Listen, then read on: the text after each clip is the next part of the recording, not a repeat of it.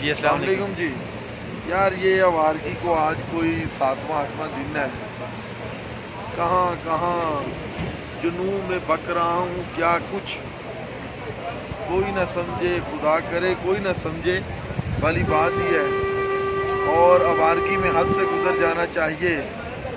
اور یہ بھائی ہم نے ایک گوندل صاحب نے پلان کیا تھا، تو آج ہم یہ کون سی جگہ ہے؟ جل کھڈ۔ آپ یقین کیجئے کہ اس ٹور میں ہم نے 1400 کلومیٹر سفر بھی کر لیا، کہاں کلاش ویلی اور کہاں نران سے آگے جل کھڈ، کہاں کمراٹ اور کہاں شوگران، کہاں ایبٹ آباد، کہاں بالا کوٹ اور کہاں دیر۔ یعنی کہ یہ بھائی آوارگی تو اس دفعہ کوئی زیادہ ہی بڑھ گئی۔ لیکن میں آپ کو ایک بات بتاؤں کہ یہ ہم کس جگہ پہ بیٹھے ہیں؟ جل کھڈ جھیل کے جل کھڈ بیٹھے ہیں۔ ابھی ہم جھیل پہ گئے تھے، وہ جھیل لولو سر، یہ مجھے نام نہیں آتے، لولو سر، اب وہاں گئے تھے، وہاں بھی ہم نے کچھ تصویریں بنائی۔ بڑی تازگی ہے یار، یہ آپ پہاڑوں پہ دیکھیں۔ میں تو یہ سوچ رہا ہوں کہ میں اپنے اندر اتنی تازگی بھر لوں کہ سال 2-3 سال نکل جائیں اور پھر میں ان یادوں میں اپنا وقت گزارتا پھروں۔ اور لیکن 2-3 ڈفرینسز ہیں کمراٹ کلاش میں۔ کمراٹ تو خیر جنت ہے، لیکن انسانوں کا ہجوم ہے۔ اور یہ روڈ بڑے اچھے ہیں ناران کی طرف، اور آج دل تو کرتا تھا کہ بابو سر ٹاپ سے گلگت میں گھس جاؤں اور پھر واپس سردیوں میں آؤں، لیکن روزگار اور معاملات میں پھنسے ہوئے اتنے دن بھی نکالنے تو بڑی بات ہے۔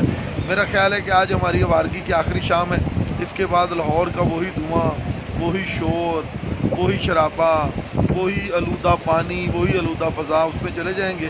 حالانکہ لاہور میرا محبوب شہر ہے اور آپ کو پتہ ہے کہ میں اس کے گلی کوچوں سے بھی محبت کرتا ہوں، لیکن اس نیچر کا مقابلہ نہیں کیا جا سکتا، اس نیچر کی کوئی چیز بھی مقابلہ نہیں کر سکتی۔